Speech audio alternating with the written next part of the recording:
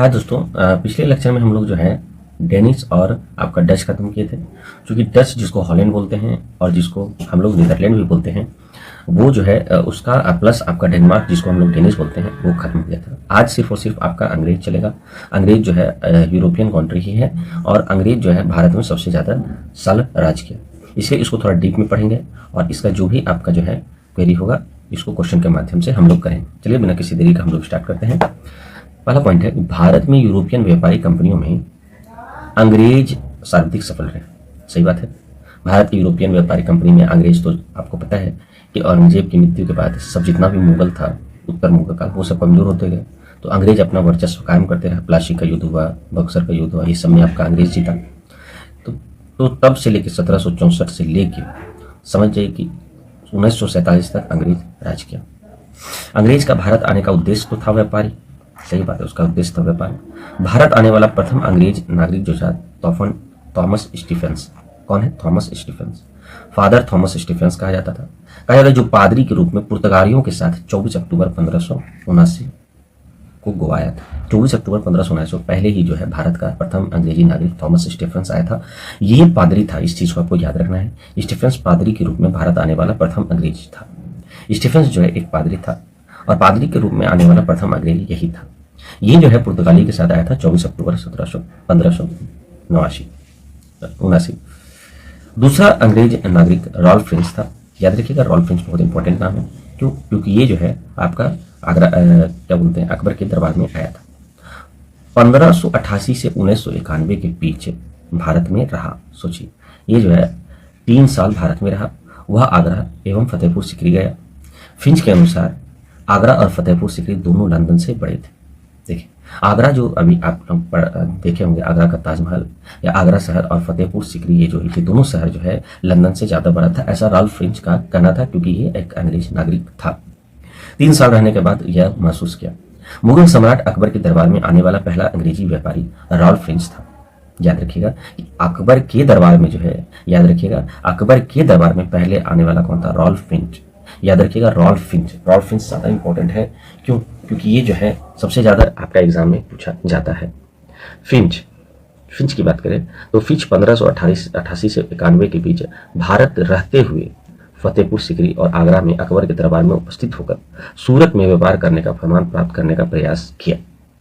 फिर Rolf Finch जो है अकबर से मतलब मदद मांगा और कहा कि कृपया हमें जो है फतेहपुर सिकरी और आगरा में व्यापार करने का मौका दें। 1578 में अंग्रेज नाविक एवं समुद्री डाकू सर ड्रैक नाम है और डाकू भी है, ने भारत से लिस्बन जा रहे एक पुर्तगाली जहाज को लूटा। तो इससे अंग्रेजों को भारत के समृद्धि के बारे में पता चला। इसका मतलब यह है कि जब पुर्तगाली जहाज को लूटा सर ड्रैक नाम का एक आदमी जो कि अंग्रेजी नाविक था, तो उसको पता चला ये तो भारत से आ रहा है। तो भारत का जितना भी सामान था पुर्तगाली जहाज में था। जब जहाज में था तो वो सोचा कि भाई इतना सामान भारत से आ रहा है, इसका मतलब भारत बहुत समृद्ध देश है। ठीक है, याद रखिए भारत से लिस्बन जा रहा था पुर्तगाली जहाज। तो हालांकि ठीक है, मेन आपको यहाँ पर रॉल्फ फिंच इंपॉर्टेंट है। 1588 में अंग्रेजों ने स्पेन के जलिबेरे आरमीरा को जब शिकस्त दी तो स्पेन और पुर्तगाली की शक्ति कमजोर हुई और अंग्रेज भारत की ओर आकर्षित हुए। एक्चुअली क्या है कि 1588 में जो है अंग्रेज ने स्पेन को जलिबेरे आरमीरा को जब्त कर लिया और जब स्पेन और पुर्तगाल का शक्ति कमजोर हुआ तो अंग्रेज जो है भारत की ओर आकर्षित हुए। इसका मतलब यही है कि अंग्रेज को पता चल गया कि भारत जो है सोने की चिड़िया है और उसको लूटना है। ब्रिटेन कंपनियों में सर्वप्रथम लीवेंट कंपनी को 1593 में भारत का व्यापार करने का पत्र प्राप्त हुआ। एक्चुअली क्या है कि जो भी आपका ब्रिटेन का जो राजा है या रानी है वो अधिकार पत्र देती है किसी भी कंपनी को कि जाके आप पूर्व देश, मतलब कि जैसे भारत हुआ, सुमात्रा हुआ, इंडोनेशिया हुआ, ये सब में जाके आप व्यापार कर सकते हैं, चाइना हुआ, ये सब में। लेकिन ये जो है अब आपको ये पूछेगा तो वह कौन सा कंपनी था? सर्वप्रथम ब्रिटिश कंपनी जो कि भारत में व्यापार करने का अधिकार प्राप्त हुआ। तो आपका याद रखिएगा लीवेंट कंपनी।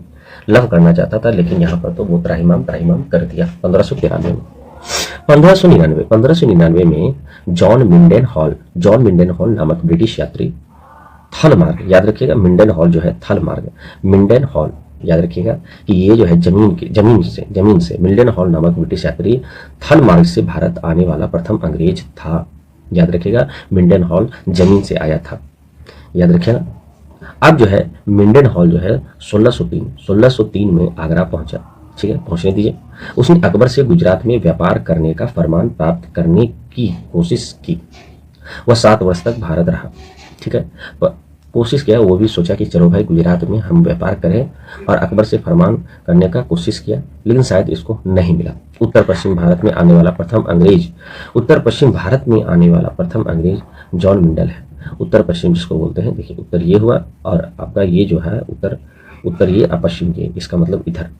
ठीक है, मैप बनाइए तो इधर राजस्थान हुआ आपका, ये साइड राजस्थान से थोड़ा सा ऊपर, तो वही कह रहा है उत्तर पश्चिम भारत आने वाला प्रथम अंग्रेजी जॉन मिल्टन हॉल था। आगे East India company, the governor and company merchant of the trading in to the East Indies, तो ये आपका ईस्ट इंडिया कंपनी का पूरा नाम था। अब आगे है लॉर्ड मेयर की अध्यक्षता से मर्चेंट एडवेंचर्स साहसिक व्यापारी के नाम से पहचाने जाने वाले लंदन के कुछ व्यापारियों ने महारानी एलिजाबेथ प्रथम के समक्ष एक प्रथम पत्र प्रस्तुत करके पूर्व के साथ व्यापार एकाधिकार की मांग की। एक्चुअली क्या है कि कुछ व्यापारी था जो कि एक कंपनी बनाया, the governor and company of merchant of trading into the East Indies, और ये जो है मर्चेंट एडवेंचर्स के नाम से पहचाने वाले ये व्यापारी थे, उसके अध्यक्ष थे लॉर्ड मेयर, और ये जो है महारानी एलिजाबेथ प्रथम से प्रमाण पत्र मांगे कि हम व्यापार एकाधिकार मांग करते हैं। कहाँ? पूर्व में, पूर्व मतलब यही भारत में। तब 24 सितंबर 1599 के दिन अंग्रेज ईस्ट इंडिया कंपनी अथवा the governor and company of merchant of the London trading into the East Indies की स्थापना हुई। याद रखिएगा, ये जो लेवेंट कंपनी है, ये लेवेंट कंपनी 1593 में भारत का अधिकार प्राप्त कर लिया था। ठीक है, इस चीज को आपको ध्यान रखना है। और ये अलग है, ये आपका ये आपका बड़ा नाम है ईस्ट इंडिया कंपनी का, ये मेन है, क्योंकि यही जो है जिसे 31 दिसंबर 1600 में ब्रिटेन की महारानी एलिजाबेथ ने पूर्व के साथ व्यापार करने के लिए 15 वर्ष का अधिकार किया। एलिजाबेथ बोली कि ठीक है, तुम व्यापारी लोग हैं, तुमको टाइम देते हैं कि तुम 15 साल तक व्यापार करो। कहाँ? भारत में जाके, भारत हो चाहे इंडोनेशिया हो चाहे आपका श्रीलंका हो, यहाँ पर जाके तुम व्यापार करो। जिसे बाद में जेम्स प्रथम याद रखिएगा, ये भी आपका क्या है, जब एलिजाबेथ का डेथ हो जाता है तो जेम्स प्रथम ब्रिटेन की गद्दी पर बैठता है, राजा होता है। 1609 में अनिश्चित काल के लिए बढ़ा दिया। तो इस चीज को याद रखना है कि एलिजाबेथ प्रथम जो है 15 साल के लिए बढ़ाई थी, लेकिन जेम्स प्रथम उसको 1609 में अनिश्चित काल के लिए, मतलब 1609 में कहा कि ठीक है भाई, तुम जिंदगी भर के लिए तुम इंग्लैंड में, भारत में जाके व्यापार करो। कौन? East India company. यह प्रावधान भी किया गया कि इसे 2 वर्ष के पूर्व सूचना देकर समाप्त भी किया जा सकता है। मतलब कि ठीक है, निश्चित कर दो, लेकिन जरा सा भी हमें लगा कि तुम कुछ उलट सिलट कर रहे हो या तुम कुछ गलत कर रहे हो तो तुम्हें हटा दिया जाएगा। ठीक है,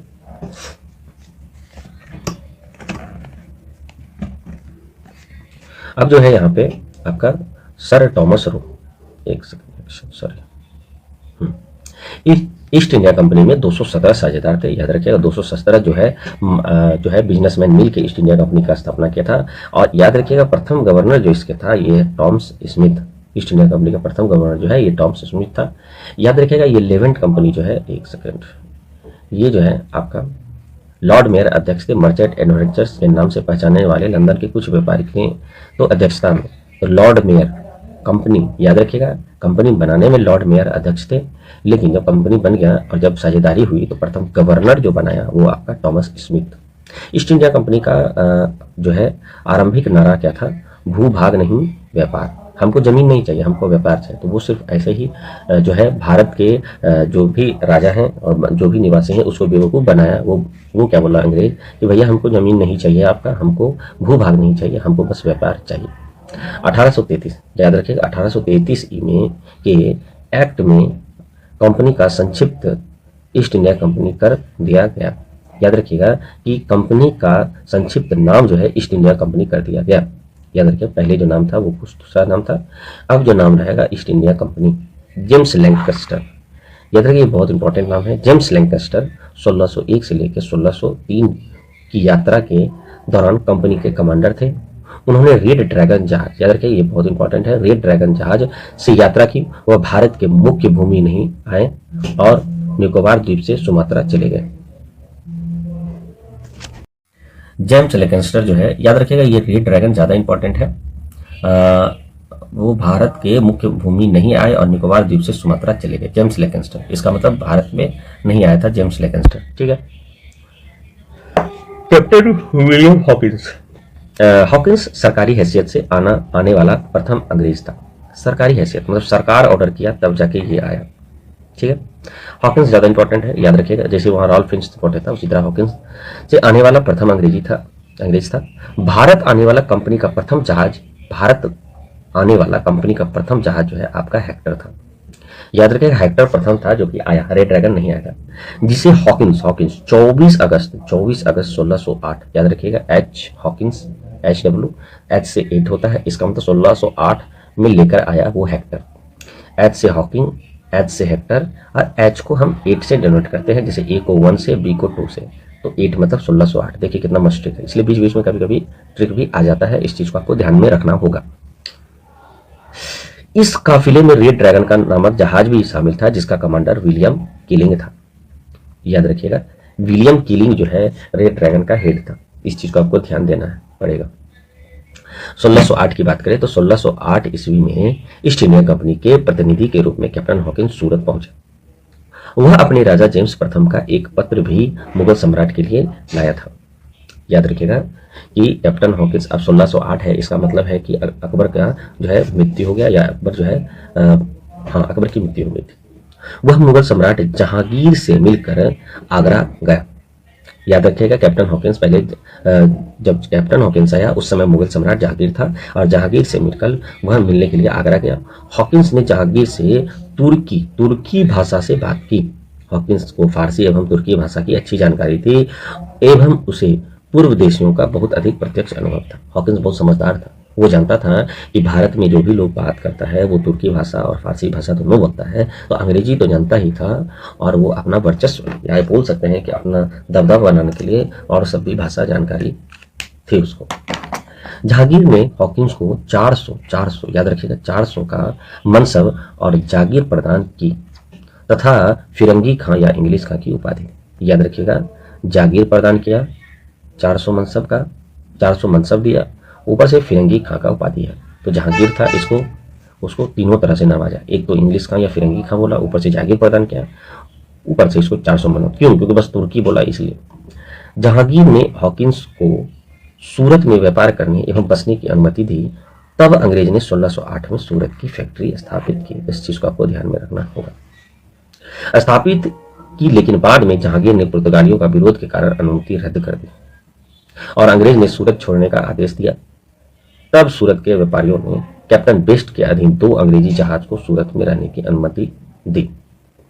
ये देखिए एक्चुअली क्या है कि जब जहांगीर से अनुमति लिया तो जहांगीर अनुमति तो दे दिया और कैप्टन हमसे 1608 में सूरत पर फैक्ट्री लगवा दिया, लेकिन अफसोस की बात है कि वहां पर पुर्तगालियों ने विरोध किया। जहांगीर को बोला कि नहीं ये गलत है, अंग्रेज फिर बाद में आप पर अत्याचार करेंगे, इसलिए बेहतर है कि इस कैप्टन हॉकिंस को और अंग्रेज को भगा दीजिए। लेकिन संजोगवश सूरत के व्यापारी जो है वो जो है बोले कि एक कैप्टन बेस्ट है जो कि अंग्रेज का है, इसको रहने दीजिए, इसका 2 अंग्रेजी जहाज रहने दीजिए सूरत में, बाकी इसको व्यापार पर करने दीजिए, न दीजिए, लेकिन रहने दीजिए। हॉकिंस के पश्चात मिडिल टाउन, याद रखिएगा मिडिल टाउन जो है 1611, ये है आपका, ये जो आपका है, एक सेकंड, ये मिडन हॉल है, ये है मिडन टाउन। तो हॉकिंस के पश्चात मिडन टाउन, ये मिडन हॉल है, और ये जो है 1599 का बात कर रहा है। ये मिडन टाउन है 1611 में। पुर्तगालियों के विरोध के बावजूद भी कंपनी का जहाज सूरत में उतारने में सफल हुआ और नवंबर 1612 में कैप्टन बेस्ट को शवाली हॉल या शौली हॉल के युद्ध में पुर्तगालियों को परास्त किया। एक चीज इंपॉर्टेंट है कि यह नवंबर 1612 है। हॉकिंस के पश्चात मिडन टॉल 1611 में क्या किया, मिडन टॉल जो है ना एकदम टाउन बनना चाहा, वो क्या किया, पुर्तगालियों के विरोध के बावजूद भी जो है कंपनी जहाज मतलब अंग्रेजी जहाज जो है सूरत पर उतार दी। याद रखिएगा इसमें क्या हुआ, युद्ध हुआ तो कैप्टन बेस्ट ने कवाली हॉल या सवाली का युद्ध बोला जाता है, तो उसमें सवाली का युद्ध सबसे बड़ी इंपॉर्टेंट याद है कि नवंबर 1612 में हुआ था, और 1612 में जो है सवाली का जो युद्ध हुआ था ये अंग्रेज और पुर्तगाल के बीच हुआ था। इससे पुर्तगालियों की भारत में अजयता का मिथक टूटा और मुगल बादशाह दरबार ने अंग्रेज की प्रतिष्ठा बढ़ी। अब क्या है, सवाली के युद्ध में जब पुर्तगाल हारा तो पुर्तगाल हारा तो कभी भारत का जितना भी है शासक और भारत के जितने भी व्यापारी हैं, ये कभी सोच भी नहीं सकते थे कि पुर्तगाली हारेगा।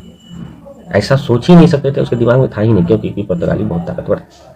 जब अंग्रेज उसको हराया, तब जो है मुगल दरबार में जितने भी राजा थे, सॉरी शासक थे, वो जो है अंग्रेज को बहुत लोहा मान लिया। हाँ, अंग्रेज में ताकत है, अंग्रेज में दम है। ठीक है, याद रखिए ये सवाली का जो ये सवाली हॉल कर सकते हैं। 1612 में कैप्टन बेस्ट द्वारा सूरत बंदरगाह को जीतकर पुर्तगालियों का एकाधिकार समाप्त कर दिया गया। तो वही 1612 में सवाली का युद्ध जो हुआ था, इसमें क्या हुआ कि सूरत बंदरगाह अंग्रेज जीत गया। अंग्रेज जीता तो आप पुर्तगाली का जितना भी अवकात था, एकाधिकार का बात कर रहे हैं, वो खत्म कर दिया। अंग्रेज द्वारा पुर्तगाली बेड़े को पराजित किए जाने के कारण 6 फरवरी 1613, इस चीज को याद रखिएगा, अंग्रेज पुर्तगाली को हराया। इससे जो है 6 फरवरी 1613 में जहांगीर ने एक शाही फरमान द्वारा अंग्रेज को सूरत में टॉमस एडवर्थ की नियंत्रण में व्यापारिक कुटिया स्थापित करने की अनुमति प्रदान की। एक्चुअली क्या है कि पहले अंग्रेज आया ना, तो बहुत सीधा साधा अपना भाषा का सिर्फ ज्ञान दिया, बोला कि भाई हमको जमीन नहीं चाहिए, हमको व्यापार करने की। अकबर तो मना कर दिया, जहांगीर आदेश देना चाह रहा था, व्यापारी लोग मना कर दिए। अंग्रेज सोचा कि चलो अब कुछ नहीं है, थोड़ा बहुत अपना ताकत दिखाना चाहिए। जब वो ताकत दिखाया तो ताकत दिखाया ऐसा है कि पुर्तगाली का जितना भी है सूरत पे जो कोठी था या सूरत पे बंदरगाह जो है उसको जीत लिया। तो मुगल दरबार के जितने भी शासक थे या जितने भी कह सकते हैं, जैसे मेन हेड आपका जहांगीर ही ले लीजिए, इससे प्रभावित हुए कि नहीं भाई ये अंग्रेज भी कुछ ताकतवर है या कुछ औकात है। तब जहांगीर को एक फरमान जारी किया, शाही फरमान 6 फरवरी 1613 को, और फरमान किया कि भाई तुम जाके व्यापारिक कोठी स्थापित करो। किसको? तो अंग्रेज का एक नाम था टॉमस एडवर्थ। तो एल्डवर्थ इसलिए क्योंकि वो एल्डर था, इसलिए बोला कि तुम तो एल्डर हो भाई, तुम जाके क्या करें, व्यापारिक कोठी स्थापित करो। याद रखिएगा, व्यापारिक कोठी क्या होता था, वहां से ही सब चीज काम किया जाता था। अब आया एक सर टॉमस रो, ये भी आपका जो है ये इंपॉर्टेंट है। ये किस लिए इंपॉर्टेंट है इसमें देखते हैं। ब्रिटिश सम्राट जेम्स प्रथम के दूत, याद रखिएगा जेम्स प्रथम का दूत है, ब्रिटिश सम्राट जेम्स प्रथम का दूत है। सर टॉमस रो ने 18 सितंबर 1615, याद रखिएगा sir Thomas Roe, sir Thomas Roe 15 16 16 15, sir Thomas Roe 18 सितंबर 2000। अब देखिए डेट तो ये याद नहीं होगा, मुझे भी नहीं होगा, इस चीज को याद रखना है, ठीक है। लेकिन ये 1615 याद रखिएगा, ये ज्यादा इंपॉर्टेंट है। 1615 को सूरत पहुंचा और जनवरी 1616, मतलब 2 महीना बाद, सितंबर अक्टूबर नवंबर दिसंबर, 3-4 महीना बाद 1616 में जहांगीर से अजमेर में मिला। तो ये क्वेश्चन पूछता है कि वह कौन था जो जहांगीर से अजमेर में मिला, तो वो आपका कौन था, Thomas Roe. Ajmer Jahangir Thomas Roe, तो रो से अजमेर, ऐसे करके याद रखिए। टॉमस रो क्या किया कि 1618 तक जो है मुगल दरबार में रहा, 3 वर्ष तक रहा। टॉमस रो ने मुगल साम्राज्य में व्यापार करने के लिए कंपनी की तरफ से अनुमति प्रदान की। इससे पहले हॉकिंस यह अनुमति प्राप्त करने में असफल रहा। टॉमस रो जो है टॉमस रो की पुस्तक का नाम है पूर्वी द्वीपों की यात्रा, ट्रैवलिंग ऑफ जो है ईस्ट आइलैंड, द्वीप मतलब आइलैंड होता है, तो ट्रैवलिंग ऑफ ईस्ट आइलैंड कह सकते हैं इसको इंग्लिश में। दक्षिण में ईस्ट इंडिया कंपनी को अपना पहला कारखाना मुछलीपट्टनम और पेटापुल में 1611 में स्थापित किया। तो ये आपका दक्षिण में जो है ईस्ट इंडिया कंपनी ने जो है अपना पहला कारखाना मुछलीपट्टनम और पेटापुली में 1611 में किया। ये आपका इंपॉर्टेंट है। 1608 में तो स्थापित किया था, लेकिन वो जो है उसको ध्वस्त कर दिया गया था सूरत में, वे नहीं करने देंगे। भारत में प्रथम वैधानिक बात कर रहा है, वैधानिक मतलब कानूनी रूप से अनुमति प्राप्त अंग्रेजी फैक्ट्री यही मुछलीपट्टनम। याद रखिएगा डच का भी जो है पहला कारखाना मुछलीपट्टनम है, इस चीज को आपको ध्यान में रखना होगा। मुछलीपट्टनम में ही स्थापित हुआ, जबकि प्रथम अंग्रेजी फैक्ट्री 1608 में सूरत में स्थापित हुई। इसका मतलब है कि यहाँ पर 1608 में ऑफिशियली नहीं था, खत्म कर दिया था। अब आया आपका 1632 में गोलकुंडा के सुल्तान जो था, क्या नाम था उसका, अब्दुल कुतुब शाह। बहुत इंपॉर्टेंट क्वेश्चन है कि गोलकुंडा के सुल्तान अब्दुल कुतुब शाह ने 500 पगोड़ा वासी के बदले क्या किया, अंग्रेज को सुनहरा फरमान प्रदान किया। देखिए व्यापार करने के लिए, जिसमें अंग्रेज ने गोलकुंडा राज्य के सभी बंदरगाह से व्यापार करके एक अधिकार मिल गया। इसका मतलब अंग्रेज अब जो है सभी बंदरगाह पर खुद ही व्यापार करेगा, किसी को नहीं करने देगा। एक अधिकार मतलब अंग्रेज ही करेगा और कोई नहीं करेगा। याद रखिएगा गोलकुंडा का सुल्तान था, 1632 में दिया अब्दुल कुतुब शाह को 500 पेगोड़ा अब्दुल कुतुब शाह लिया और उसके बदले सुनहरा फरमान अंग्रेज को दे दिया, ठीक है तुम जाके व्यापार करो। पूर्वी तट पर अंग्रेजों का पहला कारखाना जो है आपका 1633 में कहा था, उड़ीसा। और उड़ीसा में कहाँ, बालासोर में, और हरिहरपुरा में स्थापित हुआ। पूर्वी तट पे जो है पहला कारखाना बंगाल में नहीं है, ये उड़ीसा के बालासोर में। एक तो मछलीपट्टनम दक्षिण में है, लेकिन अगर पूर्वी बोलेगा तो पूर्वी आप याद रखिएगा बालासोर और हरिहरपुरा में। 1639 में फ्रांसिस डे, ये बहुत इंपॉर्टेंट है। तो फ्रांसिस डे, फ्रांस को नहीं याद रखें, फ्रांसीसी नहीं था, ये आपका अंग्रेज था। और फ्रांसिस डे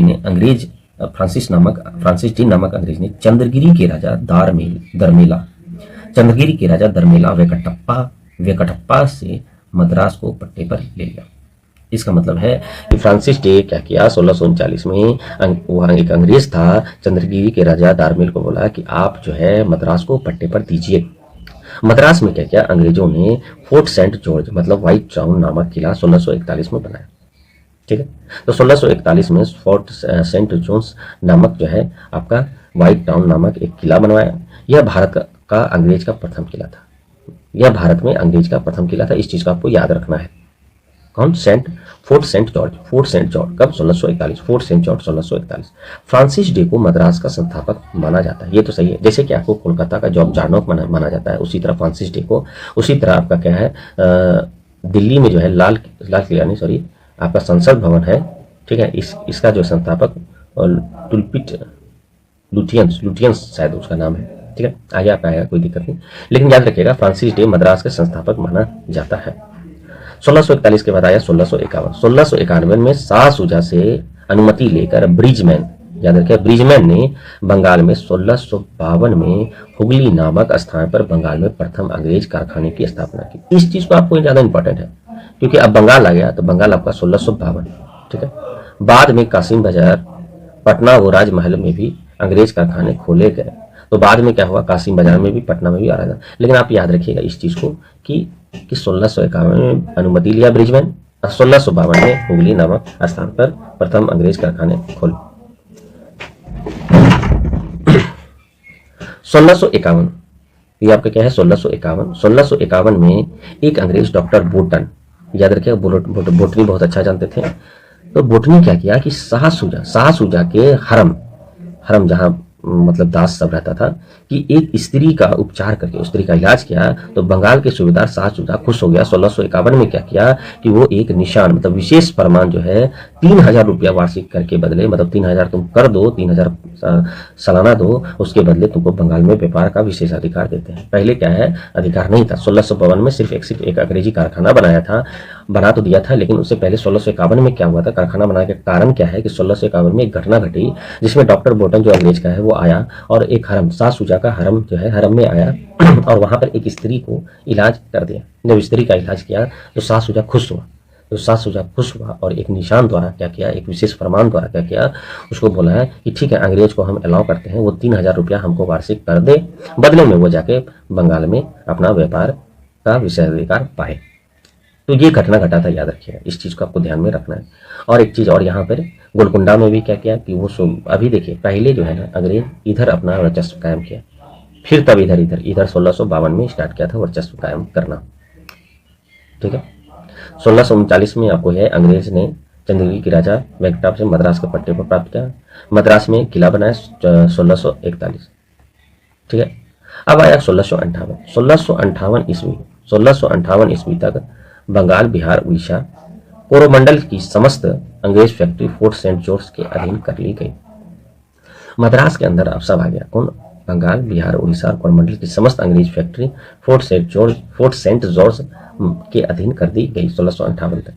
एक्चुअली पहले क्या किया, वो पूर्वी जो पश्चिम में अपना वर्चस्व कायम किया। गोलकोंडा को पहले हथियाया, उसके बाद ये जो है आपका मद्रास, चेन्नई, याद रखिएगा, वो तो मद्रास खैर इधर है, लेकिन इस चीज को आपको ध्यान में रखना होगा कि सबसे इंपॉर्टेंट कि 1652 में हुगली, मतलब कि बंगाल जो है ना 1652 में अपना ताकत दिखाया, मतलब फैक्ट्री स्थापित किया। 1661 में क्या किया, पुर्तगाली राजकुमारी कैथरीन ब्रेगेंजा, याद रखिए कैथरीन ब्रेगेंजा का विवाह ब्रिटेन के चार्ल्स द्वितीय से हुआ, याद रखिएगा। और पुर्तगाल ने क्या किया, चार्ल्स को बंबई दहेज में दिया 1651। तो याद रखिएगा मर्द अंग्रेज तरफ है और औरत जो है पुर्तगाल की है, तो शादी हुआ पुर्तगाल और अंग्रेज के बीच, तो अंग्रेज दहेज लिया क्या, बॉम्बे। ठीक है, चार्ल्स द्वितीय ने क्या किया, जस्ट उसके 7 साल बाद 1668 में 10 पाउंड के वार्षिक किराए पर मुंबई को ईस्ट इंडिया कंपनी को दे दिया। एक्चुअली उस समय जो है ईस्ट इंडिया कंपनी को मुंबई नहीं मिला था, वो जो है ब्रिटिश सरकार जो है क्या किया, बोला कि ठीक है ईस्ट इंडिया कंपनी वाला तुम मुंबई भी ले लो और मुंबई पर अपना व्यापार स्थापित करो। गेराल्ड अंगियार, ये बहुत इंपॉर्टेंट क्वेश्चन है। ये गेराल्ड अंगियार जो है 1669 टू 1677 मतलब 1669 से 1677 तक मुंबई तक का दूसरा गवर्नर रहा। उसने मुंबई नगर का स्थापना की, गोदी का निर्माण किया, टकसाल स्थापित कराई, मुंबई को किलेबंदी की। गेराल्ड अंगियार को मुंबई का संस्थापक माना जाता है। जॉर्ज ऑक्सीडेंट मुंबई का पहला गवर्नर था। याद रखिए जॉर्ज ऑक्सीडेंट, पहले एक्सीडेंट हुआ फिर अंग अंग टूट गया, पहले एक्सीडेंट हुआ फिर अंग अंग टूट गया। कहा मुंबई का गवर्नर का बात कर रहा है। दूसरी बात और इस चीज को याद रखना है, पहले जो हम लोग पढ़े थे वो हम लोग फ्रांसिस डे पढ़े थे, फ्रांसिस डे मद्रास का। देखिए मद्रास का जो है संस्थापक फ्रांसिस डे है और मुंबई का जो है मुंबई का अंगियार है, मुंबई का अंगियार है। अंगियार संस्थापक है मुंबई का। इस चीज को आपको ध्यान में रखना, बहुत इंपॉर्टेंट क्वेश्चन है। चलिए आगे देखते हैं और क्या है। गेराल्ड अंगियार वही जो मुंबई का संस्थापक है। मुंबई जो हम लोग देखते हैं जो सिनेमा हीरो सब रहता है, तो गेराल्ड अंगियार ने लिखा कि अब समय का तकाजा है कि आप अपने हाथों में तलवार लेकर अपने सामान्य व्यापार का प्रबंध करें। इसका मतलब कि अब जो है जितना भी है खुद ही व्यापार कीजिए, जो सामान्य व्यापार है उसका कोई मतलब सामान्य जो व्यापार है हमारा जो अंग्रेज व्यापार है उसको भी आप क्या है उसमें लाइए, मतलब व्यापार में लाइए। तो ये चीज आपको ध्यान में रखना होगा। गेराल्ड अंगियार बोला था 1687 मतलब 1687 में जब सूरत की जगह मुंबई अंग्रेजों का मुख्य व्यापारिक बस्ती हो गई। अब बताइए कि कहीं ना कहीं सूरत को खरीद लिया, 1661 में दहेज में ले लिया ना सूरत। 1661 में देखिए यहीं पर 1661 में शादी हुआ था, सॉरी 1668 में जब ले लिया तो 1668 के बाद अब मुंबई किसका, ईस्ट इंडिया कंपनी का हो गया। पहले याद रखिएगा ब्रिटिश का था, ब्रिटिश सरकार का था, मैं ब्रिटिश राजा का था, लेकिन ईस्ट इंडिया कंपनी का। तो आप ही बताइए कि सूरत और मुंबई में अगर कंपेयर करें तो कहीं ना कहीं मुंबई थोड़ा सा विकसित है। तो जब सूरत की जगह मुंबई क्या किया, 1687 में सूरत की जगह मुंबई अंग्रेज का मुख्य व्यापारिक बस्ती या राजधानी हो गई, तो अंग्रेजों ने औरंगजेब से मुंबई की किलेबंदी करने की अनुमति मांगी क्योंकि अंग्रेजों को मराठों से खतरा महसूस हो रहा था। तो याद रखिएगा कहीं ना कहीं मराठा अपना 1707 के बाद जो है मराठा अपना वर्चस्व कायम रखा। जब औरंगजेब डेथ किया तब जो है मराठा अपना जो है अस्तित्व आगे बढ़ाया। तो अंग्रेज को लग रहा था कि कहीं ना कहीं मराठा जो है क्या कर रहा है, मराठा अगर आगे बढ़ जाएगा तो फिर हो सकता है हम लोग को खदेड़ के भगा दे, लेकिन अंग्रेज दिमाग का तेज था। बंगाल का प्रथम अंग्रेज गवर्नर विलियम हैज़ था। हैजा याद रखिएगा, हैजा। बंगाल का प्रथम अंग्रेज गवर्नर कौन था, विलियम हैजा था। और औरंगजेब ने 1680 याद रखिएगा 1680 में एक फरमान द्वारा अंग्रेजों पर चुंगी दर 2% से बढ़ाकर 3.5% एवं 1.5 लाख मुआवजा के तौर पर वसूल किया। ठीक है, एक फरमान जारी किया अंग्रेज 1680 में, कहा कि तुम्हारा चुंगी दर बढ़ गया भाई 2% से 3.5% हो गया और मुआवजा भी तुम दो कितना 1.5 लाख। अंग्रेजों ने मुगल सम्राट औरंगजेब ने 1686 में हुगली से बाहर खदेड़ दिया। वो कंपनियों को गवर्नर सर जॉन चाइल्ड को बाहर कर दिया। याद रखिएगा तो क्वेश्चन आपसे ये पूछता है कि भैया ये बताइए कि सबसे पहले अंग्रेज से लड़ने वाला कौन मुगल सम्राट था। तो ये आपका 100% क्वेश्चन होगा औरंगजेब। ठीक है, औरंगजेब। याद रखिएगा ये जो शाह शुजा ये सब है ये बंगाल का गवर्नर है। अभी जो आप सुनहरा फरमान पढ़ रहे हैं या शान निशान पढ़ रहे हैं, विशेष फरमान शाह शुजा, ये सब बंगाल का सूबेदार है। मेन आपका हेड आपका औरंगजेब है। और औरंगजेब क्या किया, अपना असली रूप दिखा के कहा कि नहीं अंग्रेज जो है कहीं ना कहीं अत्याचार करेगा, इसलिए 1686 में लड़ाई हुआ, मतलब हुगली से चुपचाप भगा दिया किसको, सर जॉन चाइल्ड को। ठीक है, वो अंग्रेज का गवर्नर था या कंपनी का गवर्नर कह सकते क्योंकि आप तो कंपनी के पास आ गए। शाहिस्ता खान, याद रखिएगा शाहिस्ता खान ने ब्रिटिश कंपनी को बंगाल में एक कुश्ती सख्त नीच जिसको बोलते हैं झगड़ालू लोग एवं बेईमान व्यापारी की कंपनी कहा था। शाहिस्ता खान जो है याद रखिए नीच झगड़ालू लोगों एवं बेईमान व्यापारियों की कंपनी कहा था। इसको ब्रिटिश कंपनी को बंगाल में। ठीक है, शाइस्ता खान याद रखिएगा, शाइस्ता मतलब धीरे धीरे इतना खराब कह दिया। 1690 की बात करते हैं तो 1690 में जॉब चार्नक, याद रखिएगा, अब जो है आपका बंगाल का संस्थापक इसी को बोला जाता है, बंगाल में कंपनी के एजेंट के रूप में आए और उन्होंने 1691 में सूतानाती में अंग्रेज फैक्ट्री की स्थापना की। बर्धमान के जमींदार जो है शोभा सिंह, याद रखिएगा, शोभा सिंह के विद्रोह के कारण अंग्रेजों को सूतानाती की किलेबंदी की जरूरत पड़ी। शोभा सिंह जो है क्या क्या सूतानाती में कहा, न अंग्रेज को आने ही नहीं देंगे चाहे कुछ हो जाए, इसलिए जो है अंग्रेज सोचा कि नहीं भाई जल्दी इसको किलेबंदी कर दो। 1691 की बात कर रहे हैं। और जो जॉब चार्नक आया था 1698 और 99 की बात करें तो याद रखिएगा अब धीरे धीरे जो है औरंगजेब भी मरा मतलब बीमार से मारा जाएगा 1707 में।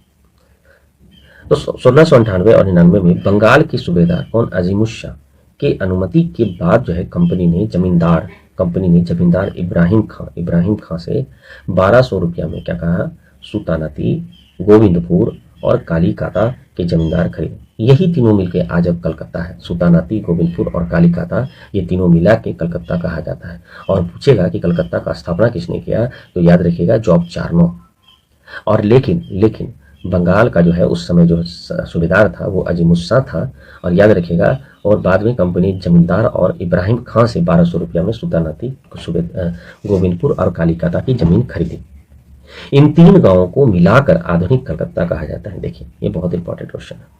इन तीन गांवों को मिलाकर आधुनिक कलकत्ता कहा जाता है, जिसकी नींव 1699, याद रखिएगा कि 1599 में आपका कंपनी का स्थापना हुआ और 1699 100 साल बाद जो है यहाँ भारत में आके धीरे धीरे आ तो वो पहले भी गया था, ठीक है, पहले ही गया था, लेकिन 1699 में जॉब चार्नक ने क्या कलकत्ता की नींव डाली और फोर्ट विलियम का किला सम्राट विलियम तृतीय के नाम पर बनाया। याद रखिएगा ये सेंट फोर्स नहीं है, ये फोर्ट विलियम का किला है, ठीक है, ये बहुत इंपॉर्टेंट किला है, ये आगे चल के इसमें कुछ होने वाला है इसलिए इंपॉर्टेंट है। 1700 ईस्वी में सर चार्ल्स आयर के फोर्ट विलियम का प्रथम प्रेसिडेंट बनाया गया। चार्ल्स आयर, याद रखिएगा चार्ल्स आयर, ये आयंगर नहीं है, ये आयर है। आयंगर तो बम्बई का स्थापना किया था। सर चार्ल्स आयर 1700 में फोर्ट विलियम का प्रथम प्रेसिडेंट बनाया गया और इसी साल बंगाल कलकत्ता को मद्रास से स्वतंत्र प्रेसिडेंट बनाया गया। अब जो है कहीं ना कहीं अंग्रेज देखा कि भाई मुंबई तो चलो ठीक है, लेकिन इधर बंगाल भी बहुत कुछ जो है इसमें है, तो ऐसा करो मद्रास को हटाओ और मुंबई को भी हटाओ, कलकत्ता को एक स्वतंत्र प्रेसिडेंट बना दो, सॉरी मद्रास को स्वतंत्र प्रेसिडेंस बना दो, ठीक है, प्रेसिडेंसी बनाए। औरंगजेब जो है 1701, याद रखिए औरंगजेब की मृत्यु 1707 में हुआ था, लेकिन अभी 1701 में भारत में रहने वाले समस्त यूरोपीय लोगों को गिरफ्तार करने का आदेश है। अंग्रेज तो परेशान हो गया था, अंग्रेज बोला कि भाई जितना भी है सबको हटाओ। 1694 ईस्वी में ब्रिटिश संसद ने एक प्रस्ताव पारित कर ब्रिटेन की सारी प्रजा को भारत से व्यापार का अधिकार दिया। इधर ब्रिटिश संसद भी औकात में था, बोला अगर अंग्रेज बोल रहा है कि सबको भगा दो तो ब्रिटेन संसद बोला कि जाओ तुम लोग भी व्यापार करो। ब्रिटेन की सारी प्रजा को भारत में व्यापार करने का अधिकार दिया। 1698 में 1698 में जनरल सोसाइटी संसदीय अधिनियम द्वारा अन्य प्रतिद्वंदी कंपनी की स्थापना English trading company in the east नाम से किया गया। जो भी आपका ईस्ट इंडिया कंपनी के अलावा जो भी अंग्रेज व्यापारिक कंपनी था उसका नाम English trading company in the east नाम दिया गया, ठीक है, याद रखिएगा। नई कंपनी ने व्यापारिक विशेषाधिकार के लिए 1698 में विलियम नॉरिस, याद रखिए विलियम नॉरिस को औरंगजेब के दरबार में सम्राट विलियम तृतीय का राजदूत बनाकर भेजा। तो याद रखिएगा ये अच्छा चीज है। अकबर के काल में कौन आया था, रॉल्फ फिंच, ठीक है। उसके बाद आपका ये जहांगीर के दरबार में कौन आया था, तो याद रखिएगा एक आपका कौन था, टॉमस रो और एक हॉकिंस। लेकिन औरंगजेब के दरबार में कौन आया था, तो याद रखिएगा विलियम नॉरिस। कौन आया था, विलियम नॉरिस, याद रखिएगा नॉरिस। वैसे भी नाना करते हैं हम लोग, मना करते हैं आपको औरंगजेब को। औरंगजेब के दरबार में सम्राट विलियम तृतीय का राजदूत बनकर आया।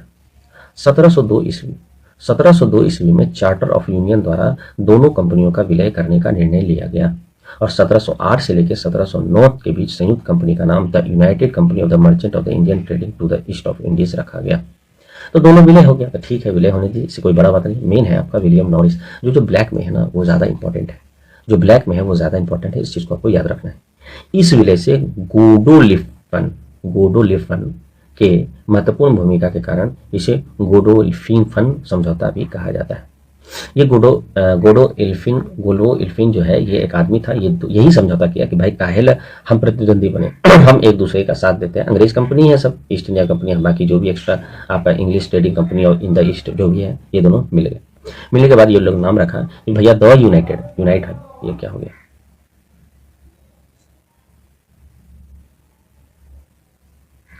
ये जो है आपका the United merchant of Indian trading to the East Indies रखा जाएगा। ठीक है, इस चीज को आपको ध्यान में रखना है। अब आया शुल्क मुक्त व्यापार, मतलब कि अब टैक्स नहीं देंगे। 1715 इस चीज को आपको ध्यान में रखना है। एक सेकेंड। ठीक है, 1715 में जॉन सुरमन जो है के नेतृत्व में एक ब्रिटिश दूत मंडल व्यापारिक रियायतें प्रदान करने के लिए मुगल बादशाह फारूक सियार से मिला। इस दूत मंडल में विलियम हैमिल्टन नामक डॉक्टर भी था, जिसने फारूक सियार को एक भयानक बीमारी से मुक्त किया था। याद रखिएगा वो विलियम हैमिल्टन था और एक था ये बोटन, याद रखिएगा ये बॉटन था। बॉटन जो है शाह शुजा के दरबार में या हरम में गया और वहां स्त्री को ठीक किया था। याद रखिएगा, बो से बॉटन, बो से बेटी, ऐसे याद रखिएगा, बो से ब्रिटेन, ऐसे करके याद रखिएगा। और शाह वाह शुजा हुआ था, याद रखिएगा। तो ये शाह शुजा बॉटन बेटी ऐसे करके याद रखिएगा। इलाज किया तो 3000, यहाँ 3000 लिखा हुआ है, 1651 की बात कर रहा है, 3000 1651 की बात कर रहा है। लेकिन यहाँ पे एक चीज देख लीजिए, यहाँ विलियम हैमिल्टन है, ये भी एक डॉक्टर है, लेकिन ये जो है फारूक सियार, याद रखिएगा फारूक सियार जो है आपका ये उत्तर मुगल काल का जो है एक राजा था या शासक था। एक भयानक बीमारी से जो है मुक्त कर दिया। फारूक सियार को यहाँ बीमारी हुआ था ये, और वहां पर शाह शुजा को नहीं बीमारी हुआ था, उसका कोई दास था, स्त्री था, उसको ठीक करा था बेटन। लेकिन फारूक सियार जब खुद राजा को कोई ठीक करेगा, ब्रिटेन का डॉक्टर हैमिल्टन, तो कहीं ना कहीं फारूक सियार कुछ करेगा। तो फारूक सियार ने क्या किया, 1751 या 1717, ये जो है आपका यहाँ 1651 की बात था। इसका मतलब यहाँ पे बोटन याद रखिएगा, दूसरा आपका शाह शुजा, एक मिनट, शाह शुजा प्लस 1651, 3000। ठीक है, आपका 3000 क्या रुपया वार्षिक, यहाँ पे लिखा हुआ 3000 रुपया वार्षिक कर के बदले बंगाल पर व्यापार विशेषाधिकार दिया। लेकिन यहाँ पर क्या क्या कि फरमान दस्तक जारी कर बंगाल में 3000 रुपया वार्षिक कर के बदले कंपनी को व्यापार की सीमा शुल्क से मुक्त कर दिया गया।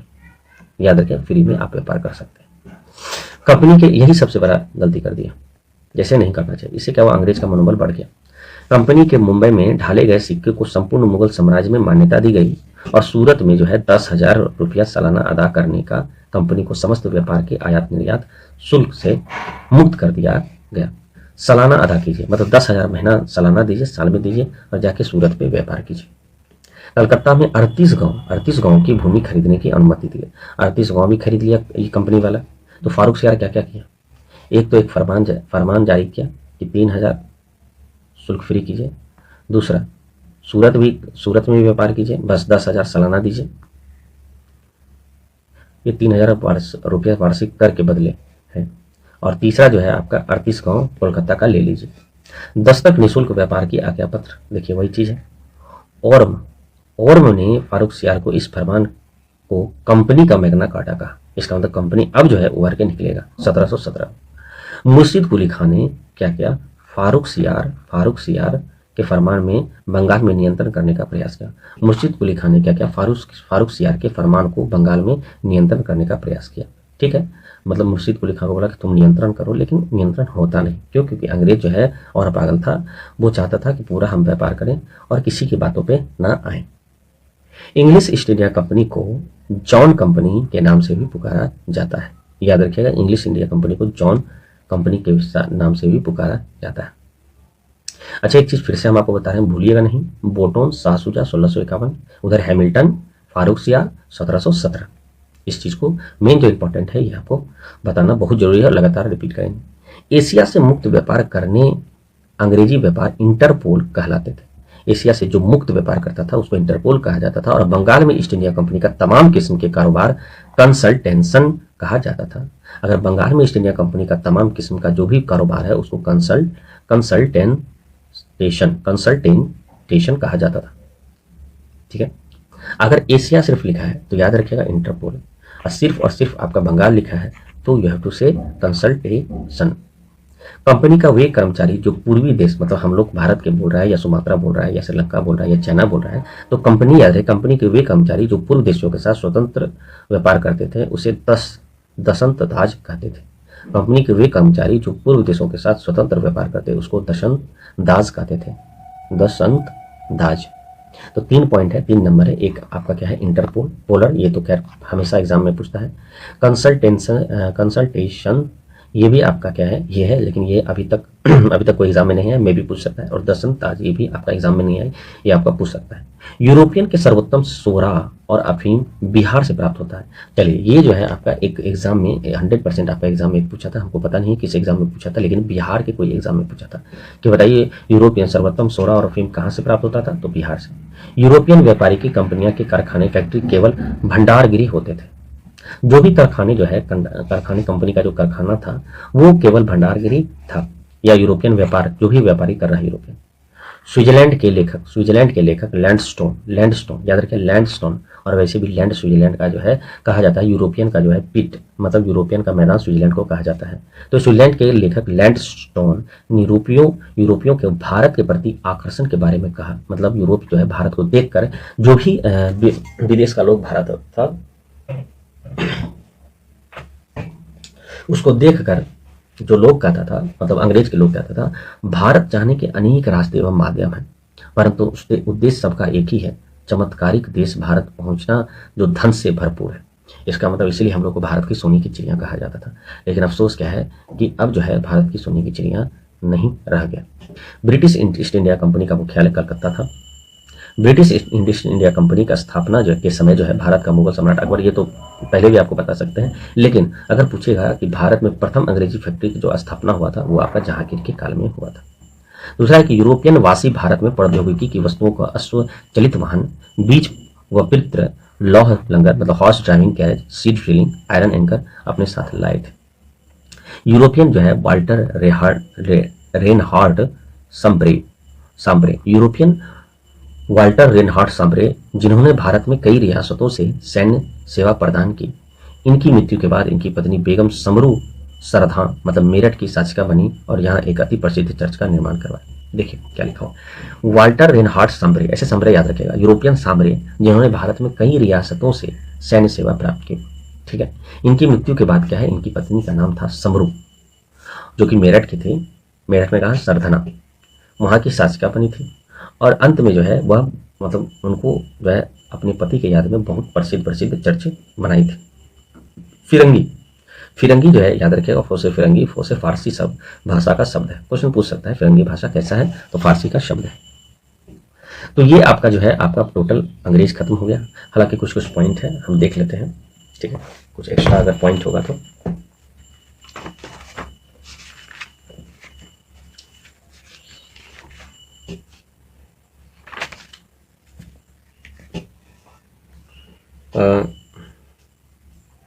अंग्रेज याद रखिएगा कि हेक्टर जो है प्राचीन यूनानी योद्धा नामक अर्थ झगड़ालू होता है। 1608 में तो कैप्टन हॉकिंस ने जहांगीर द्वारा इंग्लिश खां की उपाधि दी, ये तो आपको बता ही दिए हैं। 1612 में थॉमस बेस्ट 4 जहाज याद रखिएगा, रेड ड्रैगन, होशियंडर, James and Solomon, red dragon, होशियंडर, जेम्स और सोलोमन, ये 4 जहाज था जो थॉमस जेट इंग्लैंड से सूरत भेजा था। ठीक है, और भी है। 1632 में गोलकुंडा का जो है 500 पेगोंडा वार्षिक देकर व्यापार किया था, ये तो आपको बता ही दिए हैं। 217 साझेदार था, प्रथम गवर्नर थॉमस स्मिथ था ईस्ट इंडिया कंपनी का, ये तो आपको बता ही दिए हैं।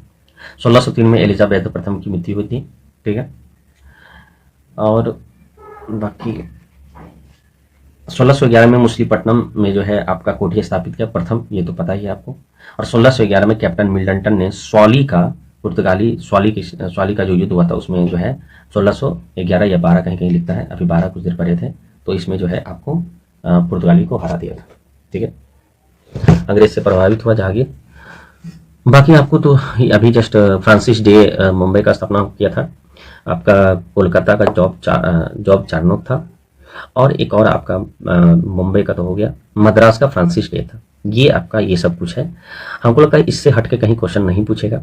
ठीक है। एक्स्ट्रा आपका एक्स्ट्रा से भी एक्स्ट्रा है, कुछ देखिए डाटा है, डाटा कभी कभी आदमी भूल जाता है, लेकिन क्वेश्चन के माध्यम से उसको बार बार रिपीट करने से आपको याद होगा। चलिए मिलते हैं अगले सेशन में। अगला जो सेशन सिर्फ और सिर्फ फ्रांसीसी होगा, उसके बाद फिर हम लोग आगे का टॉपिक करेंगे। तब तक के लिए बहुत बहुत धन्यवाद।